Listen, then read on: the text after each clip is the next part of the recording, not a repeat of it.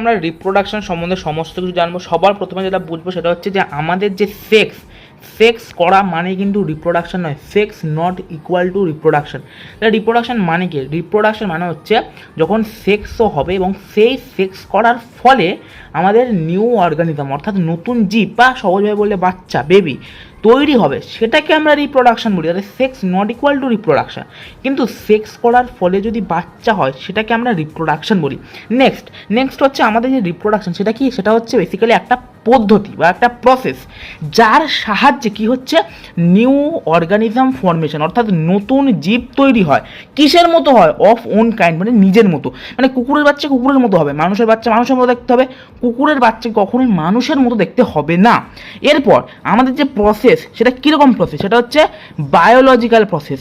কেন biological process? কারণ বায়োলজির এই বায়ো শব্দের অর্থ হচ্ছে লিভিং, এবং রিপ্রোডাকশন শুধুমাত্র লিভিংরা করতে পারে। এই জন্য এটা বোঝানোর জন্য এই বায়োলজিক্যাল প্রসেস বলা হচ্ছে রিপ্রোডাকশনটাকে। মানে কি? মানে হচ্ছে রিপ্রোডাকশন শুধুমাত্র লিভিংরাই করতে পারবে, এই জন্য এই বায়োলজিক্যাল প্রসেস এই কথাটা ব্যবহার করা হচ্ছে। লিভিংরাই মানে যার মধ্যে জীবনে, যেমন এই যে পেনটা রিপ্রোডাকশন করতে পারবে না কারণ এর মধ্যে তো জীবনই নেই, এই তো নন লিভিং, তো এ কিন্তু রিপ্রোডাকশন করতে পারবে না। এরপর আসছে হচ্ছে types of reproduction.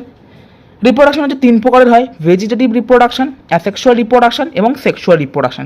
Vegetative রিপ্রোডাকশনের Bangla হচ্ছে আমাদের অঙ্গজ জনন, অ্যাসেক্সুয়াল রিপ্রোডাকশনের বাংলা হচ্ছে অযৌন জনন এবং সেক্সুয়াল রিপ্রোডাকশনের বাংলা হচ্ছে যৌন জনন। ঠিক আছে, এরপর আসছে হচ্ছে রিপ্রোডাকশন। ওয়াই রিপ্রোডাকশন মানে what is the necessity of reproduction, অর্থাৎ রিপ্রোডাকশন কেন করব? এই জন্য করব যাতে আমাদের এই জন্যই করব যাতে for continuity of our generation, অর্থাৎ আমাদের যে বংশ সেটা যাতে এগিয়ে যায়, সেটা যাতে থেমে না যায়।